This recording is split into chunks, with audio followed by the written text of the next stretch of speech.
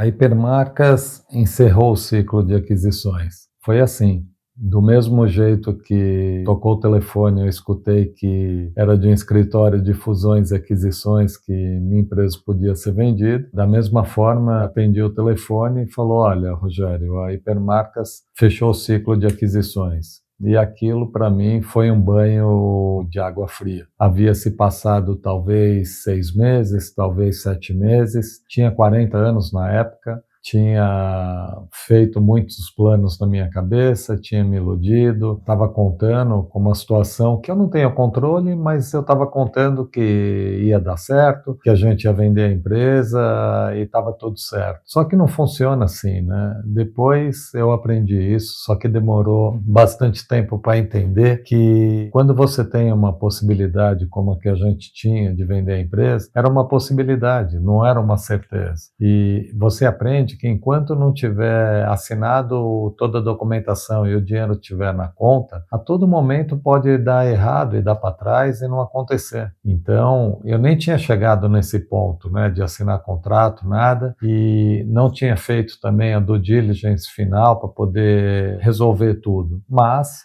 na minha cabeça ia dar certo, eu ia vender a empresa, ia ficar tudo bem. Não tinha pensado na possibilidade de não dar certo. Quando eu recebi aquele telefonema falando que a Hipermarcas não ia mais comprar nenhuma empresa no meu segmento, eu não sabia nem como é que eu trabalhava. É como se, na minha cabeça, se eu já tivesse vendido e tivesse que desfazer o negócio e voltar de novo para o dia a dia da empresa e retomar. Mas eu não podia ter demorado tanto tempo frustrado como eu fiquei. Se voltasse hoje, isso é uma coisa que eu mudaria. Eu demorei muito tempo para poder absorver aquela decepção, para entender que não ia acontecer, para falar para minha família: olha, a gente sonhou, imaginou que ia vender, que estava tudo certo, mas não vai acontecer nesse momento. Para quem não me conhece, eu sou Rogério Bezerra, fundador da Baby Roger. Esse é o 12º capítulo da série Jornada Empreendedora, e nesse episódio eu estou falando do choque que quase me parou totalmente pela frustração de não ter vendido a empresa naquele momento. Aquele luto demorou demais para passar, né? Porque a empresa não para,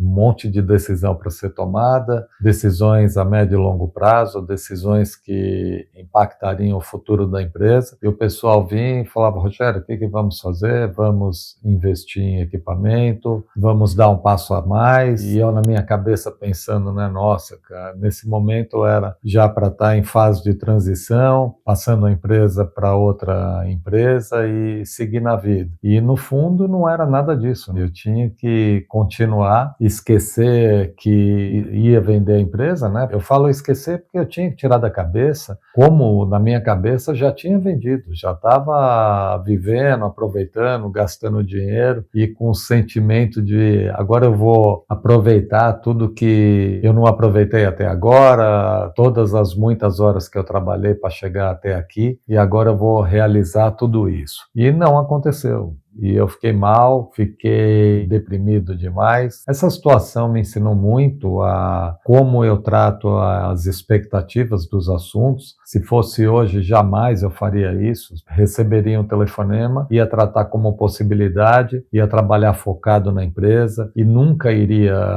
tirar o foco do negócio. Porque embora, no meu caso, tenha sido após 6 meses, simplesmente falado que não ia dar certo, eu conheço casos que houveram a due diligence, que quase assinou o contrato e na última hora não deu certo. Por exemplo, imagina que eu estivesse vendendo a empresa para uma empresa agora que depende de petróleo direto e que fosse muito impactada com o advento da guerra agora do Irã com Israel, e isso atrapalhasse as negociações e eles decidissem tirar todos esses processos do momento da frente. E isso acontece, e acontece todo dia. Acontece alguma coisa coisa no país, acontece alguma coisa no mundo e aquilo mexe com a estratégia da empresa, ela simplesmente declina dos processos que estão em andamento. Só que eu não entendia isso, não pensava assim, tampouco tinha experiência. Mas se fosse hoje, garanto que eu ia agir diferente. Eu ia tratar a expectativa como expectativa, eu ia cuidar dos meus sentimentos, eu ia tomar cuidado não tentando controlar o que não está no meu controle, né? Porque eu não posso decidir sobre a decisão de outra empresa, é o tipo de situação que eu não tenho controle e não poderia ficar tão frustrado como eu fiquei. Mas eu tinha que levantar a cabeça, as decisões não paravam, a empresa estava andando, decisões tinham que ser tomadas e eu tinha que olhar para o futuro. E aí eu comecei a falar, não, se eu continuar assim, eu vou acabar, porque a pior coisa que tem é você dentro do negócio tirar o foco e esmorecer. Todo mundo percebe, os liderados sentem o clima, a energia baixa e a empresa vai para o beleléu. E eu não podia. Naquele momento, eu ressignifiquei e eu tirei uma lição importante da minha vida. Já que eu não vou vender a empresa agora, eu vou pegar tudo que eu aprendi nesse processo, eu vou melhorar na empresa para poder vender ela amanhã. Naquele momento eu tomei uma decisão e comecei a focar. Tudo que na empresa ainda tinha risco, ainda estava muito frágil, a gente começou a melhorar os processos e começou a olhar para frente para começar a avançar para vender a empresa numa outra oportunidade. Porque daquele momento eu entendi o seguinte, a empresa tem valor e se eu não vendi agora, isso não impede que eu não venda a empresa amanhã. Quais pontos nós melhoramos a partir da decisão que não ia vender naquele momento e tinha que olhar para frente, a empresa tinha que continuar andando e, de preferência, evoluindo, não podia ficar parada no tempo. Então, por exemplo, né, nós olhamos a carteira de clientes, onde tinha muita concentração, a gente começou a diversificar para dar mais segurança no processo, né? Porque isso num processo de venda é visto também. Se você tem uma concentração, 80% do seu faturamento está em 10% dos clientes, qualquer cliente que pare de comprar ou aconteça alguma coisa, vai cair seu faturamento, consequentemente vai cair sua margem. Então a gente começou a olhar a curva ABC de clientes, melhoramos o nosso processo de análise de crédito, que isso é um lugar nevrálgico numa empresa, né? A gente trabalhava com grandes clientes, um cliente que ficasse inadimplente, o valor era alto em aberto. Começamos a melhorar o processo de funcionários, melhorar a documentação,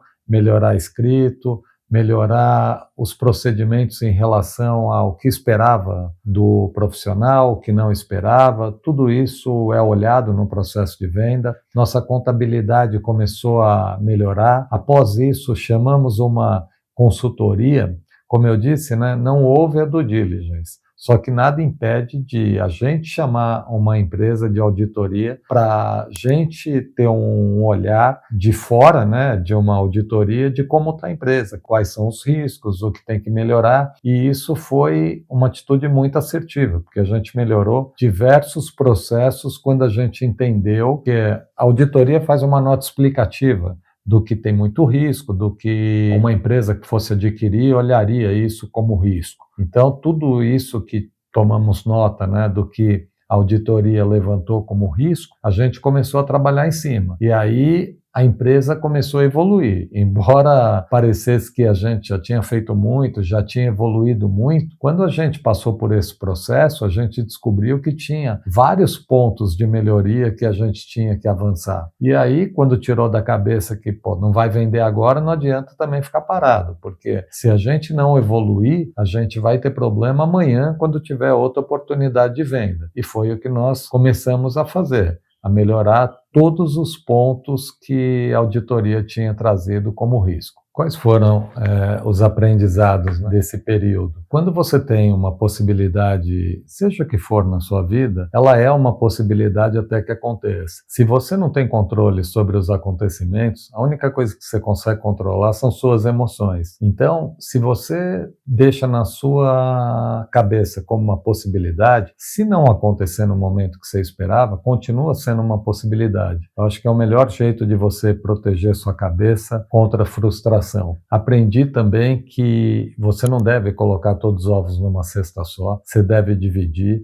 Isso é um ditado antigo, mas que é válido sempre. Nunca concentre todas as suas forças ou todo o seu ganho numa única fonte de renda. A gente não sabe o dia de amanhã. Uma coisa que a gente tem certo é que a instabilidade vai vir, situações diversas virão e você vai ter que se virar. E quanto mais concentrado você tiver, mais difícil vai ter que resolver. Então, esses foram as maiores lições que eu aprendi: controlar minhas emoções, administrar as frustrações e não colocar todos os ovos numa mesma cesta. Isso nunca se deve fazer. A frustração quase me parou, mas como tudo que sempre aconteceu na minha vida, todo mal sempre vem para o bem. Nunca acontece alguma coisa na sua vida que é para o seu mal. De uma forma ou de outra, é sempre para o seu bem, embora você não enxergue, e muitas vezes você não consiga enxergar, mas pode ter certeza que alguma coisa muito boa vai vir daquilo. E o que aconteceu com a gente nisso